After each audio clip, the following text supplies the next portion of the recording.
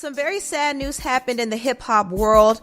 The rapper Juice WRLD died at the age of 21 after suffering from a seizure at Chicago's Midway Airport. Reports said that Juice WRLD caught a flight from Los Angeles to his hometown, Chicago, and while he was walking through the airport, he suddenly collapsed. Law enforcement and paramedics rushed to the scene, and when they arrived, they found the rapper bleeding from his mouth. Juice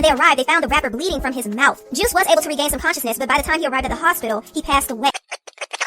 The very thing I was talking about, these little dumbass young people dying young, everybody has to be high and use stuff with drugs, it's a fundamental right. They're calling these folks babies, but they're people 21 years old with automatic weapons that kill and shoot people with stray bullets and sell dope and destroy communities and commit war crimes. And so, I don't want to call such people babies. And so, in reality, there's a lot of phoniness in our community about this situation. So, and this boy wasn't from a broke family. He was in the projects with no hope, went to white school. I'm sick of, I'm black and I'm poor. I have the right to destroy my own kind. No other group of people on the face of this earth get a waiver of doing auto-genocide because they have low income. And we need to stop accepting that. And, I'm here with Chief Rogers. I know folks who've worked in the community. They love the community. They care. They sacrifice. And we have some predators, some parasites, some enemies of the people in our ranks. And it's hard to miss them when they die. And their attitude, is, fuck you. That kind of nihilism, we need to crush. If everybody black that didn't give a damn, wasn't willing to do any better, were to die tomorrow, we'd be better off. That's how I feel. It isn't because you want suffering, but if a person won't do the right thing, there are such people, and we have Chief Rogers on the line with me. There are certain people, there's maybe 1 per 1,000, that can kill one person after the other without any conscience. Nothing would matter to them. You know who argues to save the lives of those people? White liberals who live in gated areas. And you know who dies? We do. We shouldn't be subject to black socio and psychopaths. God damn anyone who disagrees with me. In fact, let them get killed, shot by stray bullets. Their kids be put on dope, or their daughters raped in a cage by their pit bull, if they think it's so wonderful. There are certain black people who live in hell and terror because there's a certain type of black person that wouldn't dare bust a grape. They wouldn't touch George Zimmerman if he killed 1 million Trayvons. But they could rape you, kill me, and then walk around when the police pick them up. They'll say, I'm a fighter for the people. I'm being racially profiled. He shouldn't be racially profiled. Such people should be dead. We're under assault on all sides, from within and from without. And so when I talk to the brothers in Chicago that knew him, and I've been following this for a couple of years, every so many weeks there's another, pardon my language, dumb fuck, depleted, bombed out, based out, black rapper who's either into some kind of stupid sexuality or extolling drugs and jail and the destruction of our people, and they die young. And it's as if they're the happy Pied Pipers of genocide in our community. And folk want me to cry? They expect, only a deviant wants someone to cry over this. Only a perverted person. And so the people who are celebrating peace out, maybe they were in the orgies, or maybe they got high with him, or maybe they drank syrup together, or maybe they traded Narcan prescriptions. But what about the rest of us? What about people who are doing something like we volunteered Thanksgiving to help the homeless? Where are these goddamn rappers and people? I know folk doing stuff in the community. They can't get any money to help our youth. And these folks are on planes, and he's traveling around with 70 pounds of marijuana. What kind of rap music is that? He sounds like a pusher. And if you have enough money, why didn't that nigga become a grower? Why don't some of them get the commercial weed instead of using our people? Instead of doing this, why can't they do it? When you have enough money, you can buy someone to show you how to do something with your money. They surround themselves with idiots, and they die young. And so for me, the scriptures say the wages of sin is death. Now, you go to an airport with 2 9mm pistols in your bag? You think because you're on a private jet that they didn't see what you had? The jails are full of people for far less drugs. And I don't want folks picked up for marijuana, by the way. But you need 70 pounds. And cough medicine. And the pills that you took, if they killed you, were you going to give them to someone else? Would someone else have died instead of him and had a seizure? I mean, what gave these people the right to visit death and push poison on the rest of us? And don't tell me about being poor. I lived in a family that was making it on $5,000 a year. I've seen people who had far more money than I did coming up that just get into the drug game, whatever, because they're greedy. They want it fast.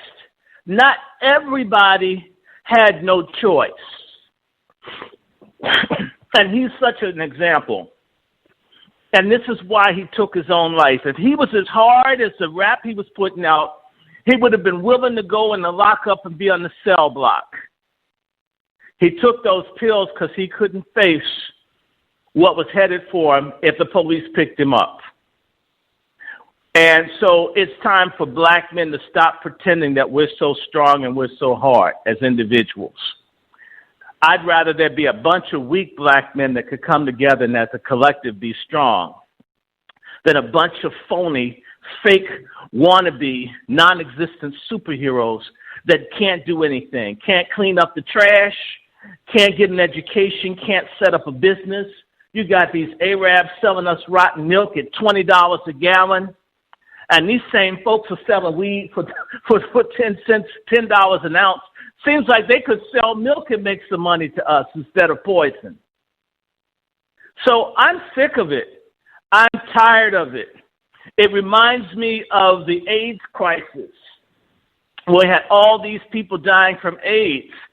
Figure it out. If you do certain sorts of sex, you'll die. God. All right, guys, that's just a snippet of what you should expect here in the very near future.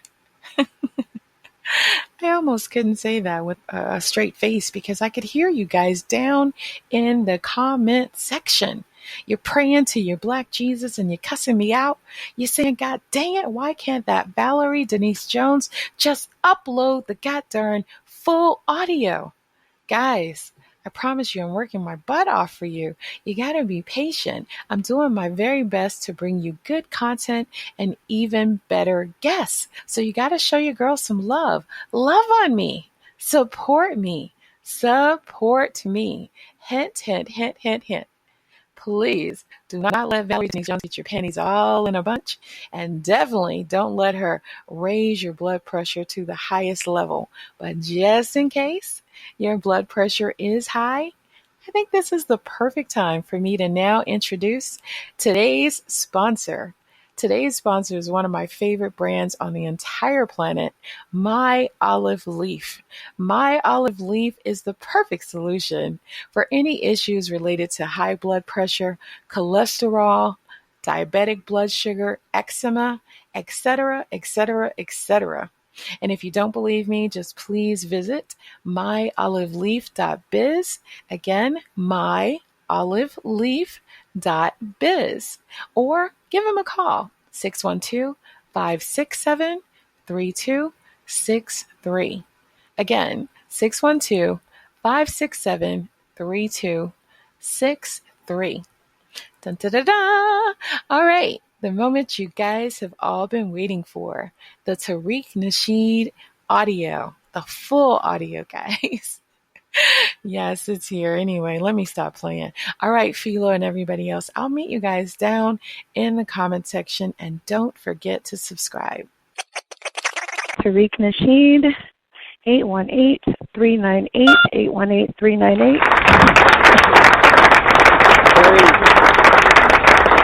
Hello. How are you? I'm good. Can you hear me pretty good? You're a little low, and I'm adjusting my mic to make sure it's not me, but you're coming in kind of low on my end. How about That's much this? better. Whatever you just did.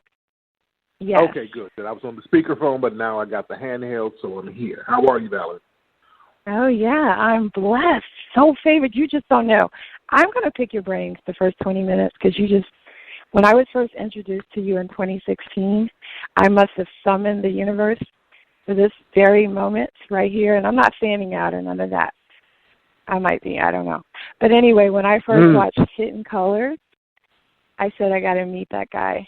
We didn't get a chance to really chat prior to the show, but what I like to do is play audio clips and then ask questions.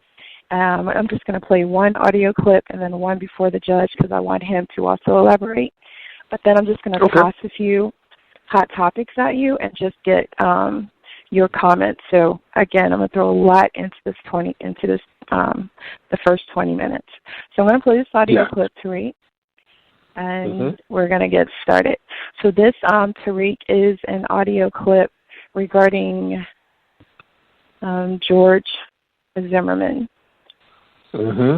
I just got your text message, man. So I didn't know that you can file to the State Bar Association against another attorney. First of all, George Zimmerman is suing Trayvon Martin's parents and attorneys for $100 million. What the hell is going on? It's ridiculous, Rick. It's one of the most frivolous things I've ever seen in my life. They killed Trayvon, their teenage son, and now he's saying they defamed his character. And so we don't even want to dignify it by doing any TV interviews, even though everybody's viewing 60 Minutes and asking us to go on. You're the first person I came to talk to about this because it's you. And secondly, this lawyer who's representing Zimmerman, this is the same guy that sued President Obama multiple times over his birth certificate and tried to say that he should be deported and that the Department of Justice and the Immigration, ICE, should deport the President of the United States. Filed a lawsuit saying that. What? Rick, it's just, you can't believe it.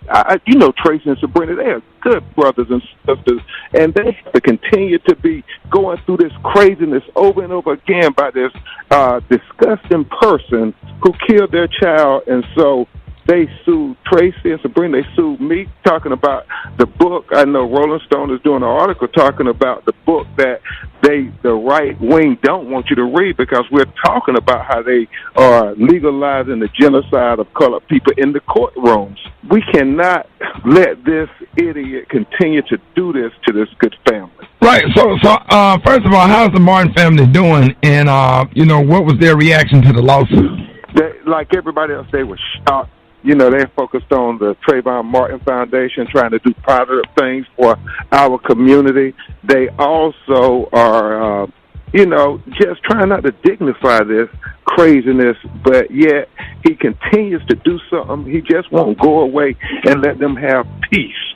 So Ben, what is Mute Zimmerman? Okay, Mute Zimmerman is the Dream Defenders. These young people, Ricky, who are incredible, they filed a bar complaint, and there's a petition online against this attorney who published the addresses of everybody, not just Tracy and Sabrina, but the prosecutors, myself.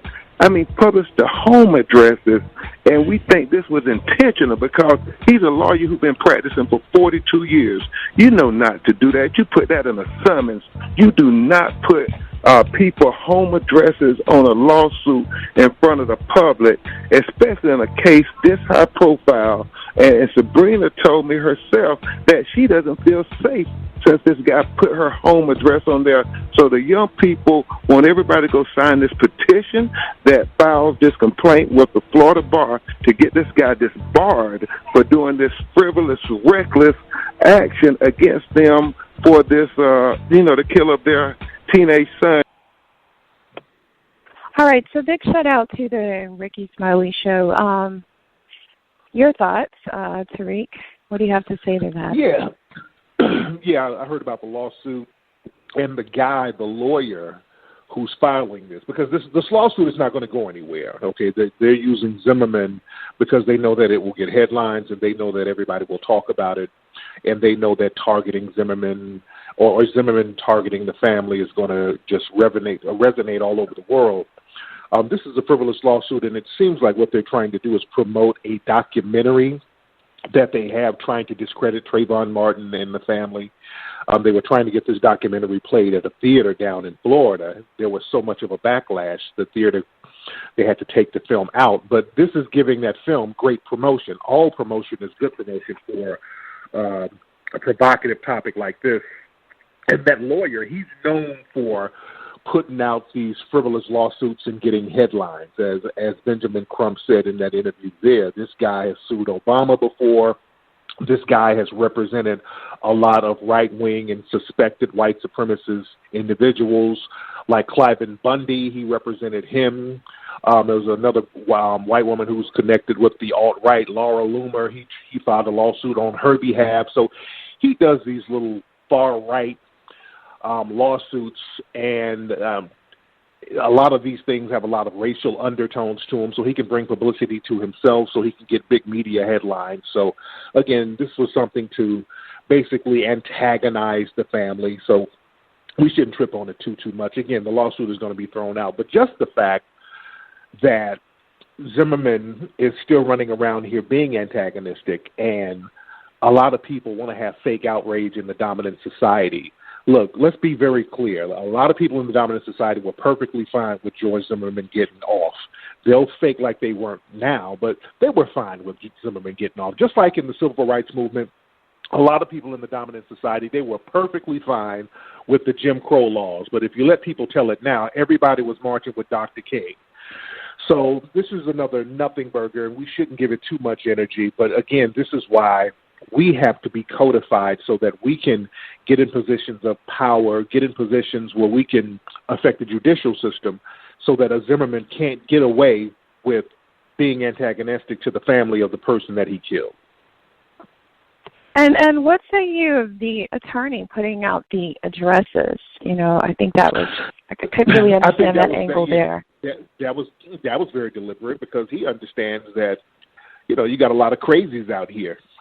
And putting out those addresses, that puts the family in danger. So, again, I think that was possibly very deliberate as well, to put targets on people's backs, because these people do that type of stuff. A lot of these right-wing folks, they are working with law enforcement, and they do little things that will put targets on our backs. Look, my home was targeted. I had some white supremacists orchestrate an attempted assassination on me at my home by using the police calling in fake bomb threats at my home, and they would put my address out on the internet. So that stuff is very real and it's very dangerous.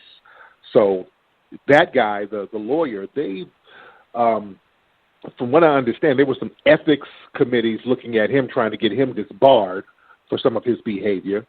So that's some stuff we have to look into. We got to look at some of these lawyers who put people's lives in jeopardy like this.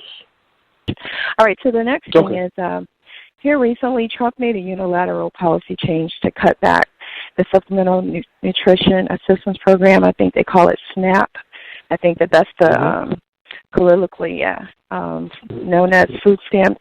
And I just want to know if you had anything you'd like to say to that, any behind-the-scenes information you could share with us? Well, that's going to affect the Trump administration. They administered this new law, and that's going to really affect his base more than anybody, which is very interesting.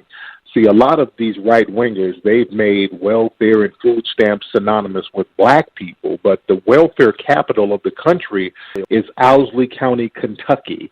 Owsley County is an all-white county, and they're 98% Republican, and almost everybody in that county is on welfare. I want people to Google that. That's the welfare capital of the United States. You never hear about it. When they talk about welfare, they start talking about Chicago and all of these places and the welfare queen.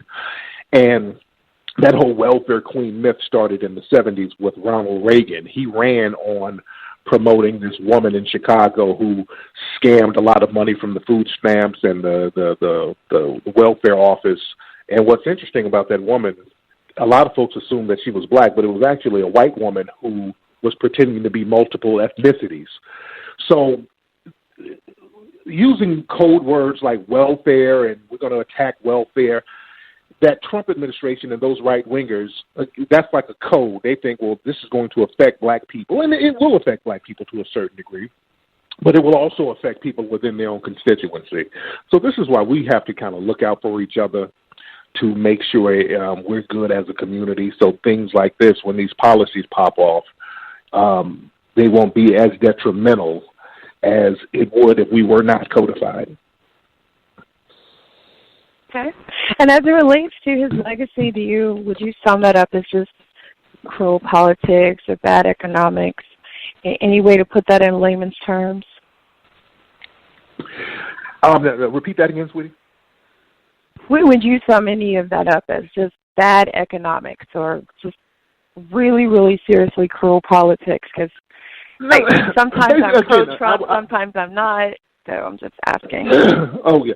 That's them just trying to use coded language to appear that they're attacking black people. Because when you say welfare and food stamps, they've made that synonymous with black. And the reality is they're harming their own base doing that. So that's what I have to say about that. Okay. So let's stay in that same vein. Recently, Senator Kamala Harris ended her presidential candidacy, but right before that, I read somewhere that she had major plans to make some major moves as it relates to her staff, and the one that I was most concerned with that she was poised to fire her campaign manager. And I know I follow you on social media, and I watch a lot of your videos. And, I like your political tone. So do you want to say anything as it relates to Senator Kamala Harris? Yeah. She went on and tapped out, which is good because she had zero support from foundational black Americans. We were not supporting her based on her policies. Her policies were horrible. Her track record was horrible. And they tried to repackage her as a female Obama, and black people were not going for it. They are now trying to make excuses as to why she had to tap out. They're using the whole, well, we just didn't want to see a black woman win. They're trying to play that card. But Kamala Harris, this woman just recently started to identify as black. If you look at old articles about her, she was always referred to as an Indian or an Asian woman. So this whole sister girl act that they tried to finesse black society with, we just didn't buy it. We just weren't with it, and she went on and bowed out as she should have. All right, so before I play this last audio clip, go on and give us a shout-out. Tell us where we can reach you on social media, and also inform us of any upcoming promotions. Yeah, you guys can follow me on Instagram at Tariq Elite, and you can also follow me on Twitter at Tariq Nasheed, and we're having a major conference this coming June, called the Foundational Black American Conference, the first of its kind, and you can get information on that by going to fbac2020.com. All right. And just for shits and giggles, are you good with this Michi character? You guys cool now? No, Lord, no. That's a non-damn factor. That's a non-factor. That's like asking me about a goddamn bum on the streets. Well, I don't. Right. We're talking real. Yeah, that's like. Yeah, I don't discuss bummism. Yeah, when we're talking about some serious stuff, certain people don't even need to be brought into the discussion. There's a time and place for everything. Gotcha. We don't bring trash into the big house. Yeah, I didn't get the angle, and that was just introduced to me yesterday, and I didn't have the time to research it. So, I was just checking, just doing a pulse check. Yeah, that's a nothing burger. Okay, all right, got it. Thank you so much for that update. All right, so here's the last few seconds. I'm going to send throwing my hot topics at you, but this is in regards to fired Chicago Police Chief Eddie Johnson. He officially retired I think it was a few hours ago, possibly a day ago, I'm not sure. But he was removed from the payroll. And I'm going to play a little clip because a few things have been recently introduced. And if you're not aware of the article that just came out about a female subordinate who spent some time with him the evening in question, which is introduced in this audio clip, so it might be a little outdated. And I think that article came out. Anyway, I'll update later when I talk to the police at the end of the show. But if you don't know about it, then don't worry about it. Right now, I just want to play the clip and get your opinion. Also, Judge, if you're listening, please listen to this because I'd also like for you to chime in as well. All right, folks, for more details, we're joined by Brandon Pope, reporter and anchor for WCIU-TV in Chicago. Brandon, glad to have you here. First of all, here's what's strange. So you have the Inspector General's report, but the mayor would not release the details of what was in that report. She said she wanted to spare the superintendent's wife and children. That even raises additional questions. Yeah, it definitely does roll in a lot of people's eyes and ears, really perking up to that one. People wondering, what does the video that Lori Lightfoot saw actually have to say about this? We're actually, our organization, putting in a FOIA request for that video because we do want to see what did the mayor see. Apparently, it wasn't the story that Superintendent Eddie Johnson told. He told the mayor that he had his high blood pressure and he felt himself about to pass out. He had a few drinks before and there was some sort of reaction to that, and so we decided to take a nap, so to speak, right at the stop sign. Apparently that is not the case at all, and of course a lot of people had their doubts already about that, especially with no breathalyzer test taken at the scene. But now we have more questions than answers right now, and we're looking forward to see what that IG report has to say and also what the video actually shows. But it's going to be interesting. People are talking here in Chicago, a lot of speculation about this being a situation that could damage Eddie Johnson's family. Who was he with? That's the question. Yeah, so, again, this was the quote. While at some point the Inspector General's report may become public and those details may be revealed, I don't think it's appropriate or fair to Mr. Johnson's wife or children to do so at this time. I hope we can all take care to treat them with dignity and respect. As you said, he was found slumped behind his car, but he also has a driver. But he dismissed the driver to drive himself home. That makes no sense, because if you were having an issue with your health or a reaction to medicine or things along those lines, you have a driver. Yeah. You know what also doesn't make sense, Roland? This situation happened around 12:35 a.m. Eddie Johnson said he was very tired that night, said he had a dinner engagement he was at. What dinner engagement goes past midnight? That's a question that raises a lot of flags right there. So the whole situation as it lined up, this didn't look right from the beginning. The mayor saying that Eddie Johnson only lied to her, but also lied to the people of Chicago when he held a press conference trying to clear up details on this himself. It's murky territory. And you mentioned Jussie Smollett earlier. It's interesting that CPD came so hard after Jussie Smollett, talking about him lying to the people of Chicago, and now you have Chicago's own mayor saying that the superintendent of police of the city is now lying to the city of Chicago. But this is not the Chicago police. This was Eddie Johnson.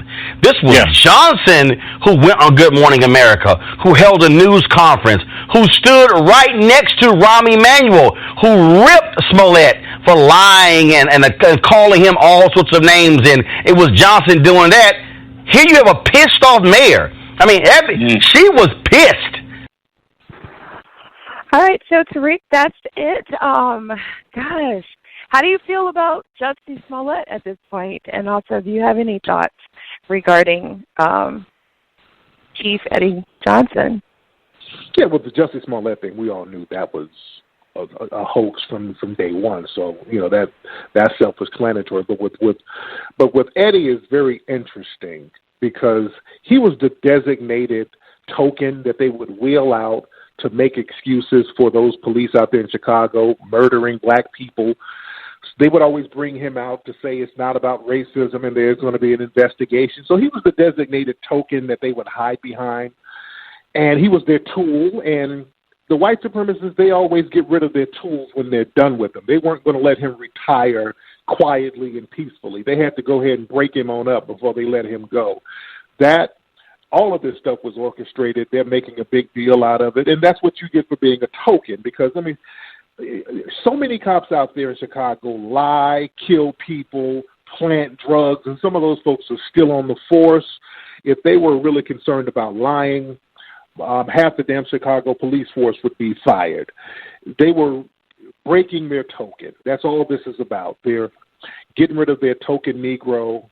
And this is the lesson to other black people who think that you can be the designated buck-dancing Sambo for these white supremacists, using yourself as a shield to hide their racism. They're letting him know you're just another Negro too, Eddie, and he's getting his wake-up call.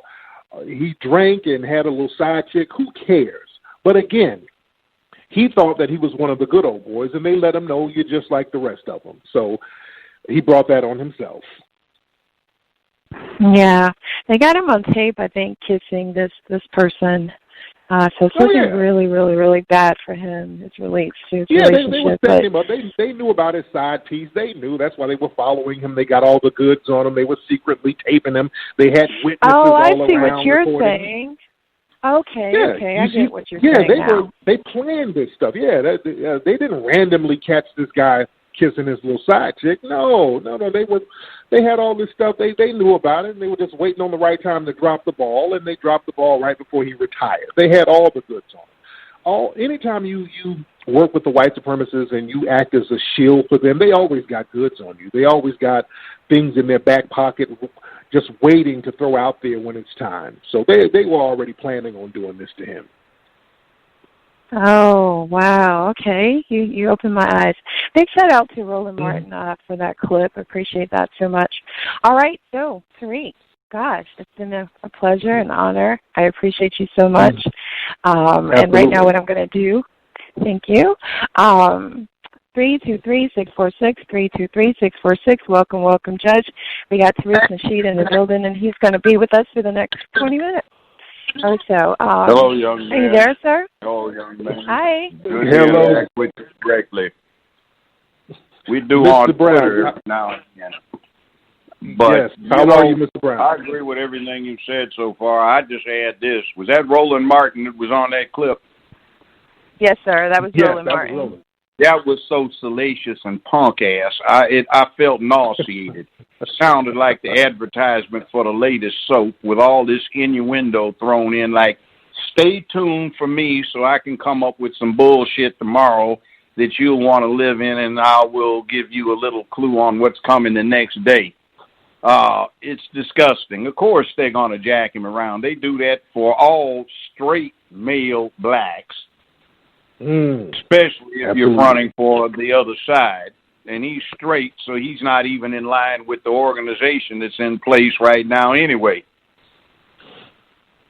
And Juicy Jeff, I want the feds to conduct an investigation of his contacts through his aunt with Kamala Harris and Cory Booker, so those house Negroes, the house Negro and the fake Negro can get their comeuppance for engaging in a federal conspiracy to commit fraud for purposes of getting that LGBT legislation passed that was known on the fake side as the anti-lynch bill.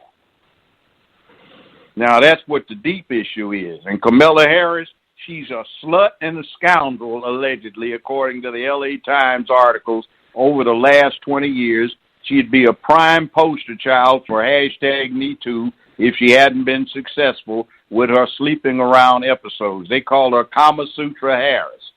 Kama Sutra Kamala. By the way, the name's not Kamala, it's Kamala. And her own father, in an article he wrote in a Jamaican periodical, called her a liar and a fraud, says her ancestors are either the Hindu Brahmin caste or they are white plantation owners. She's a descendant of this. She says, and, you know, the Nazis today, they still talking about Aryan supermen, blonde-haired, blue-eyed. There are Aryans, but they aren't blonde-haired and blue-eyed. They are Hindu Brahmin caste. And if you want to see what a real Aryan looks like, that's Kamala Harris. They're paper bag brown with the features she has and long, thick, wavy hair, dark. So they exist. That's where the caste system started. She fronted off of being black. We talked to Dr. Short yesterday, and he went to Howard with her, and what did they say they called us? Yankee niggers. That was the term that group uses. And she is a Hindu, a Brahmin, and she's got a lot of her kinfolk and her people in this country who are discriminated against by other Hindu immigrants who want to reimpose untouchability. Whereas it doesn't make any difference how much money you make, how far you have gone, whether you got a Nobel Peace Prize. If you are an untouchable, then you're only fit for catching and eating rats on somebody else's farm. And that's where she's coming from. She hasn't done anything for her own people. She grew up in Canada from kindergarten all the way through 12th grade. She was born when her parents were in San Francisco for a few months, so she's a U.S. citizen. Her constituents up there in the Bay Area, San Francisco, where she was elected DA, it was interesting when she came out for the office, she had a whole bunch of people, most of them were imported, and you had 5 or 6 black folks standing there because they have never been able to stand her. She's been hollering and screaming, vicious predators running around with the police, worse than Hillary did, until she decided she wanted to run. The LA Times did exposure after exposure of her on who she allegedly slept with to get advantage. When she was in her 20s, she got a $72,000 a year job for a 15-hour-a-week work schedule, thanks to Willie Brown, then mayor of San Francisco. She went to 20 hours, and it got up to more than they were paying, well, as much as they were paying the state judges at the time. And he got her a 750i BMW she could sport around in. She's had this kind of thing going forward. Slick, I guess, good gold digger. But I guess the people got tired of the fake. Own daddy called her one, by the way. But she needs to be investigated. Cory Booker needs to be investigated for their ties through Kamala's sister, who is Juicy Jesse's aunt. Now, his name is Justin Smollett, excuse me. He picked the screen name, Jesse, but he spells it Jussie, which in French is Juice. And he switched his name from being called Smollett to Smollett, so I just called him Juicy Jesse. And that about comprises what he was doing. That whole thing was not getting paid extra money for Empire because he's on that chicken change level. He hasn't even made the Millionaires Club yet.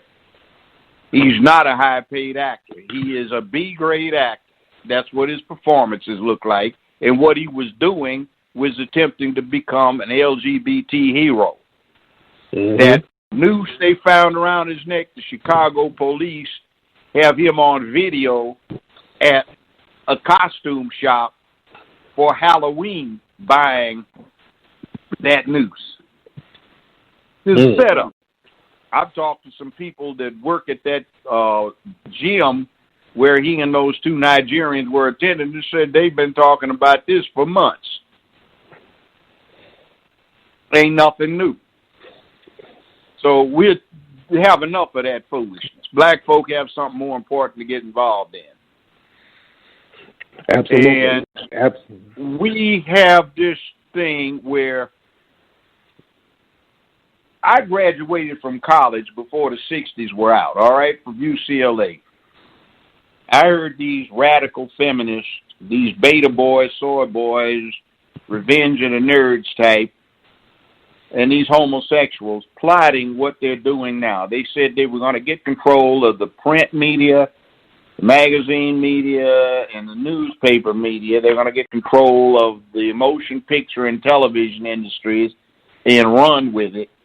And they were studying propaganda, and basically it goes back to that thing of tell a lie long enough and loud enough, and you can get anybody to believe it, and ultimately they start swearing by it, even if they are victims of it.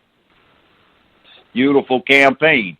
It's their right under the First Amendment to do that, but it's also our right to push back.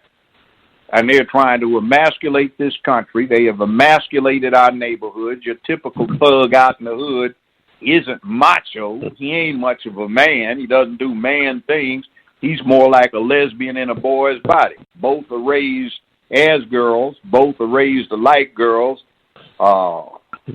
The lesbian just doesn't have boy plumbing. If a fairy god, something like that freak that wore the dress to the Oscar thing, is playing, the fairy godmother in there, waved the magic wand, and the lesbian woke up with a penis tomorrow, she'd be your typical gang-banging thug.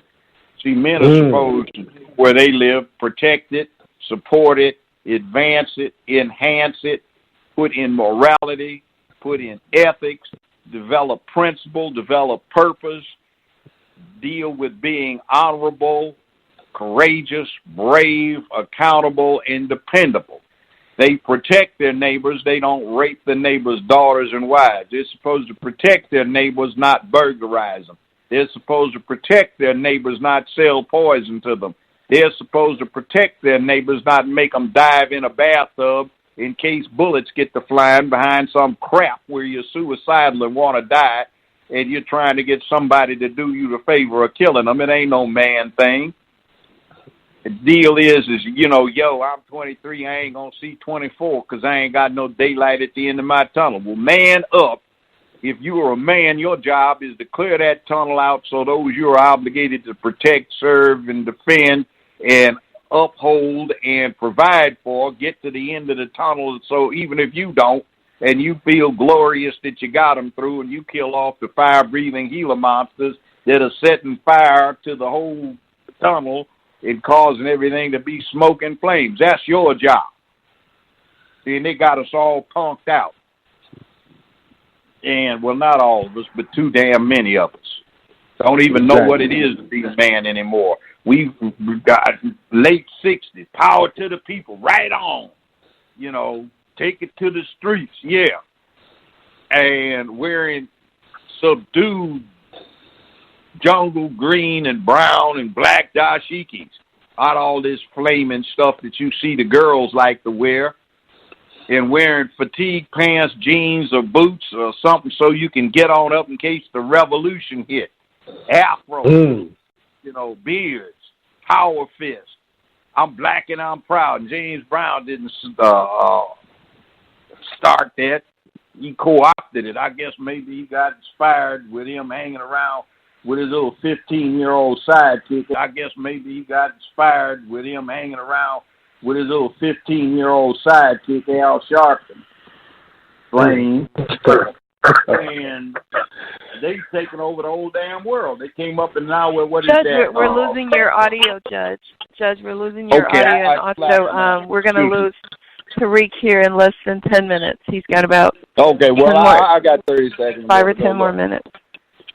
They have put this glorification of dysfunction out there so much that we now have lost sight of what reality is. And instead of having black men, black women being exemplars of how humans are supposed to be, we got something like this last movie you were acting about, which is a feminine fantasy of female dominance. And what they do, they lead brother on the life of crime instead of trying to whisper in his ear, brother, don't do that. That ain't right. See, we glorify the pimp, the dope dealer, the thug, instead of the brother that's got his act together. And then when you see brothers with suits on are trying to go to jobs 9 to 5, they make them punked out.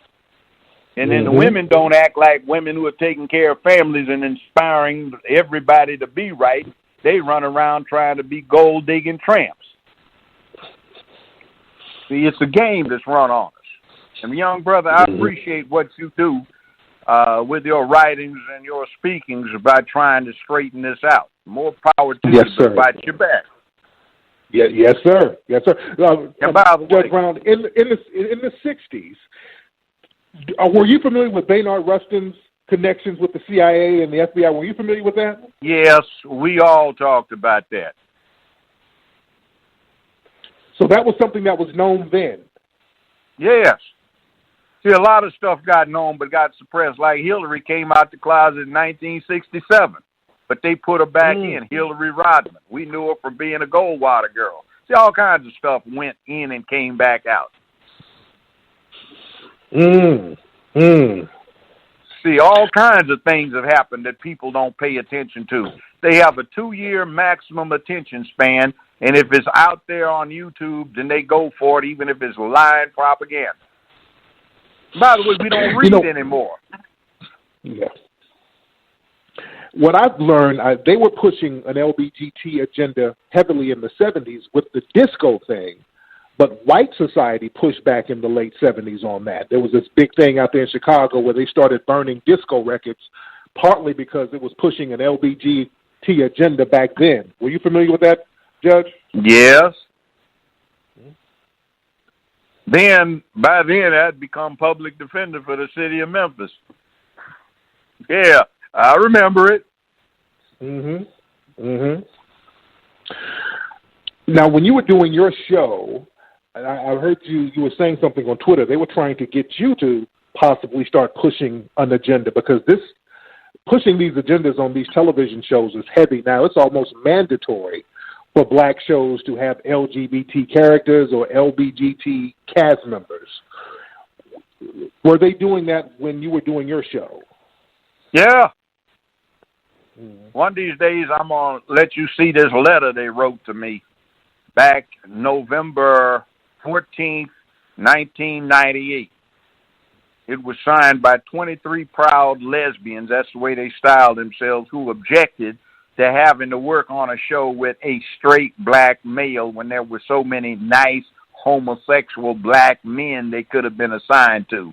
They objected to me opening doors, to pulling chairs out. Hell, what they were talking about on the pulling chairs out, I was dating Frida Payne at the time, and she came to a luncheon, and I pulled a chair out for my date, and they got upset about that. None of the damn business. So, I mean, it was just hideous. And every damn time I taped, every single tape day, I had to go through all kinds of drama that they were trying to set up. And unfortunately, the one out of every 10 straight people out there would always keep me clued, open a mic up so I could hear it. They didn't know it had been opened up and I could hear what they were talking about. So after a while, they got to the point, well, hell, go to hell. We're doing nothing. Fire me. You can't. You aren't high enough on the food chain. Like, for example, Oprah's a superstar, right? Dr. Phil's a superstar. Ellen DeGeneres is a superstar. You know, Judy's a superstar. Well, all except Ellen DeGeneres, we were all in the same 4-member unit for CBS syndication. Do you know I beat everybody the last 3 years except Judy, and I beat her half the time, and every time I start beating her in the ratings, they would change her rating schedule so she could stay ahead of me, because they were not having a straight black man or a black man in any form, shape, or fashion being the number one TV show in America. And the studio wouldn't even run me in the TV Guide in L.A. or put me on the billboards, and CBS owned every large billboard in L.A. They didn't want it known. They were trying to kill their moneymaker. And it's funny because corporation was saying I was their number one money-making prospect in all of those Tom Cruise movies. The income from my show was being used to leverage distribution. But you see, they aren't about money. They have an agenda, and they're putting it on us. And I want to thank you for attacking the manifestations of that. And sometimes when you attack it, I notice you put the truth out there. A lot of people get upset because it steps on their pet little fantasy. Mm-hmm. And they need to have it not only stepped on, stomped on, young brother. Keep it up. Good for you. Yes, sir. Now you mentioned Oprah. Take it where you want it for the next few minutes. You got another platform. Put your message out. Old man's talking long enough. No, man, I'm soaking it up, brother. I'm soaking it up, bro. I love it.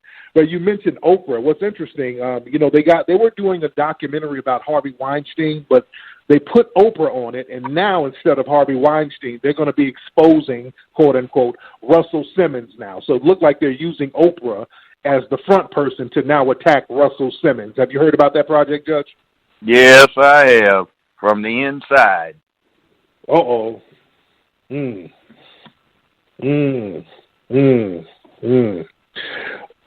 What is it with Oprah? What do they have on Oprah? They must have something on Oprah to have her, parading her out and hiding their little agendas behind her. Well, okay, there was a guy named Roger King that discovered her. Roger King's a straight guy, former football player. His daddy invented TV syndication. You know those movies we used to see? Well, you're too young for that. Anyway, he invented it. So he was independent of Hollywood, but he was involved in it. He discovered Oprah and Phil. He managed her affairs, did her investments for her. When he died suddenly of an heart attack at 69, Oprah didn't do so good. And right now, there is a consortium of white lesbians who own the own operation. You go into their building, you see one little gay boy running around in Michael Jackson pants and white socks, and he's switching, and they got two little girls, black ones with shaved heads, with bib overalls and plaid shirts and work boots. And those are the only black folk you'll see in own headquarters for the 1, 2, 3, or 5 floors of it. And that's the pressure they're putting out there. And frankly, she's always made a career of downing black men. So her audience can get a catharsis of being able to cry about something awful. Wow. Yeah, it's heavy. It's real heavy. But look, we're doing a convention in June. We're doing something called the Foundation of Black American Convention. Judge, we want you to come. Everybody wants you to come on down and be on the panel. We want to make that happen. In Atlanta? In Atlanta in June. Yes, sir. June 20th. Okay, you got me. Just let me know the details. Absolutely. I just left Atlanta yesterday after I was down there for a week doing some commercials that I do. Oh, cool. Well, yeah, that's a strange city, Doc. That is a strange city. Yes, it is. And that the CBC is down there, so there's always some strange stuff going on down there. Oh, yes. And there's a county down there, Cobb County. Lawyers and everybody call it the most racist county in Georgia, and yet it embraces part of the Atlanta suburb community. And black women are getting jacked up when it comes to domestic matters down there like you would not believe. And somebody needs to look into it. And if you can use your connections, just spread the word. Look into Cobb County. Look into the domestic court judges and the things they do that are invariably negative to anybody black that gets down there. I'm going to look into that. What's with all these cases, Judge, of all these black women turning up missing? I've been seeing cases like this in high numbers within the last couple of months where just black women are getting snatched up from just all over the place. What's going on with that? It's been going on for a long time. It just wasn't something that the media covered. See, this is one thing most people don't understand. Being involved in the criminal justice system, I'd say that every time you get a sensational case that the media pushes, that's just because some 22-year-old saw it come across the wire and now across the net because it was the first thing reported. But there are 25, 30, 40, 50, 150 of those cases per week that get ignored. Or you get stuff like, I didn't tell you this, Trayvon Martin situation. You see that clown Zimmerman's trying to sue her, and the law in Florida is the same as it is anywhere else. Anything said in the courtroom is immune from action. But something else that, say, Anderson Cooper did with Ms. Martin. Not Ms. Martin, his mother. He asked that she keep it quiet that when Trayvon was killed, they wanted him to be looking like, is he a thug down there where he shouldn't be? But what they kept from hitting the fan is, guess what his grandfather was when Trayvon was killed? He was a lieutenant detective on the Miami Police Department. Guess what Daddy did? Same thing. And they were visiting a lady cop. See how they slant the media? Wow. Zimmerman, a Jewish name, so white guy gets rid of a young black thug in a hoodie. Didn't mention he came from a police family. Wow.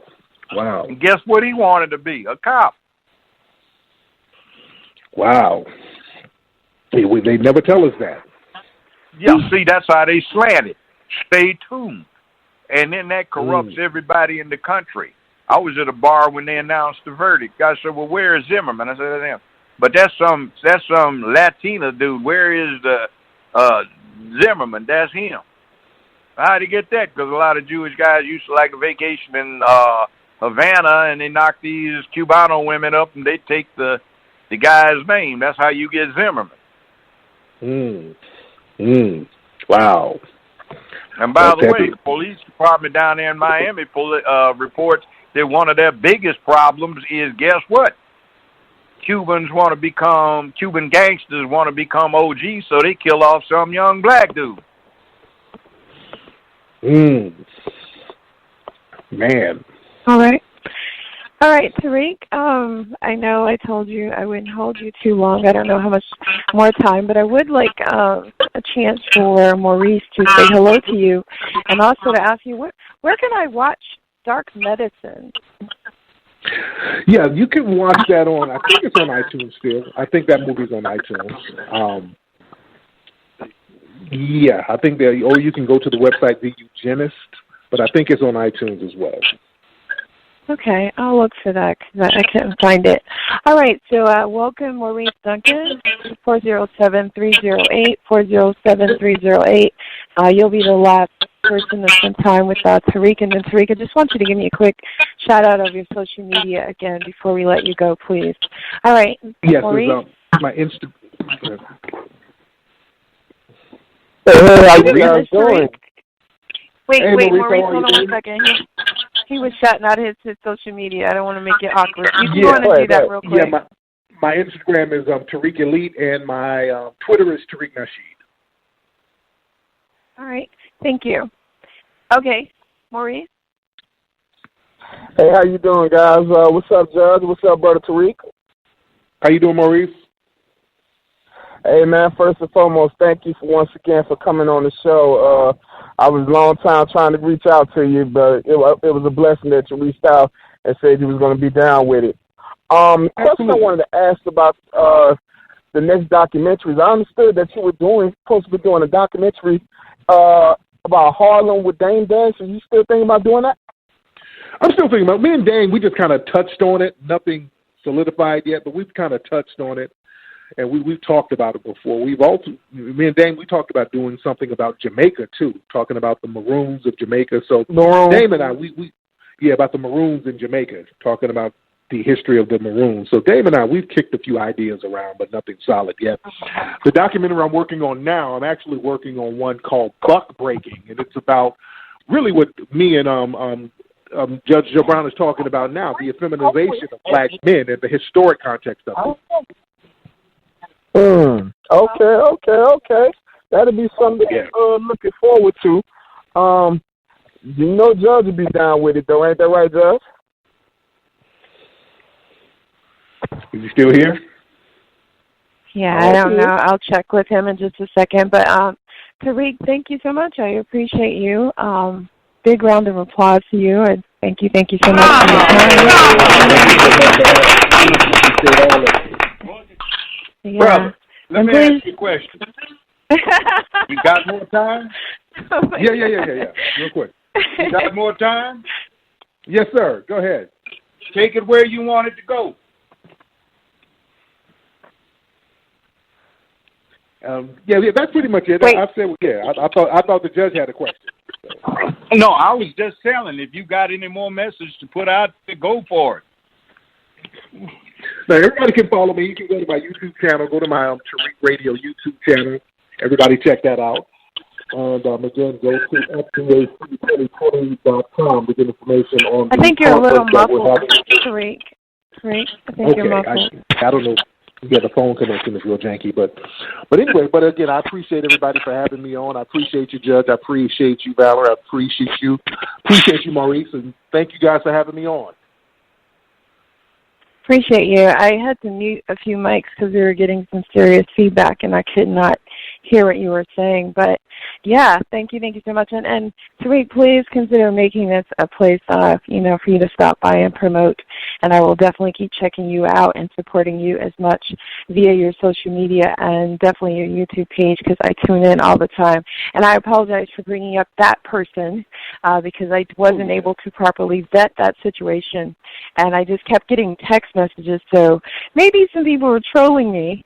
I apologize for doing that live on air, huh? No problem. Yeah, they were just trolling. Don't worry about it. Gotcha. Yeah, I won't make that mistake again live anymore. Yeah, but big shout out to Peanut. I love saying that. Yeah, I wish you the best of luck. Do you have any GoFundMes or Kickstarters or anything in place that we could shout out before we? Okay. Yeah, not right. All right. Yeah, they can just follow me on Twitter at Tariq Nasheed. Okay. All right. Well, thank you again. Love you to life, and I hope you have a wonderful weekend. You too. Thank you, guys. Bye-bye. All right, guys, that's it. That is the full audio Tariq Nasheed on the Judge Joe Brown Show. For more details and updates, please visit the judgejoebrown.com. That's the website. And also, speaking of websites, please make sure you visit myoliveleaf.biz, myoliveleaf.biz, 612-567-3263. One more thing, don't forget to sign the petition. #mute George Zimmerman. #mute George Zimmerman. And also support the Trayvon Martin Foundation. Before I let you go, just want to play this little recap. 17-year-old Trayvon Martin's death launched a national movement. When do we want it? Now! Charged with second-degree murder in the teenager's 2012 shooting death was George Zimmerman, an armed volunteer on Neighborhood Watch. Zimmerman called 911 and said Martin seemed suspicious and followed the teen as he walked home through his Central Florida neighborhood. Are you following him? Yeah. Okay, we don't need you to do that. Zimmerman claimed self-defense, and in 2013, a jury acquitted Zimmerman on all charges. The key witness for the prosecution was Rachel Jontell, Trayvon Martin's girlfriend. The second lady, the phone hung up. In the defamation suit filed today, Zimmerman claims Rachel Jontell was an imposter and fake witness who provided false statements to incriminate Zimmerman. And in a new film, producer Joel Gilbert claims he found the real girlfriend who was unwilling to testify. I found Trayvon's real girlfriend. Tonight, Rachel Jontell's attorney tells NBC News in part her testimony at trial was accurate. In a statement, Trayvon Martin's family attorney Ben Crump says Martin's parents call this an unfounded and reckless lawsuit. Attorney Larry Klayman, founder of the conservative legal foundation Judicial Watch, filed the lawsuit on behalf of Zimmerman. Meantime, the film, The Trayvon Hoax, was scheduled to play here tomorrow, but now the theater has canceled its screening. You know what else is bothering the hell out of me? This goddamn media is pushing it again for ratings because the rule in Florida is the same damn thing as it is everywhere else. It's a bullshit case because anything said inside a courtroom during legal proceedings is immune for any kind of prosecution for defamation of character. Yeah, that's what's ridiculous. And not one media outlet has said that about that nonsense suit that is nothing but harassment, which is somebody's cockamamie idea about how to subdue a voice that may speak out against crap like that. Zimmerman was a young Cuban in his mid-20s who was trying to be an OG. and he wanted to get his bones by taking out a young black man who, by the way, came from a cop family. And Anderson Cooper from CNN wanted Trayvon's mother to suppress that fact for shock effect. We're always interested in what you have to say about our live broadcasts. Please share your comments on our Facebook page or websites.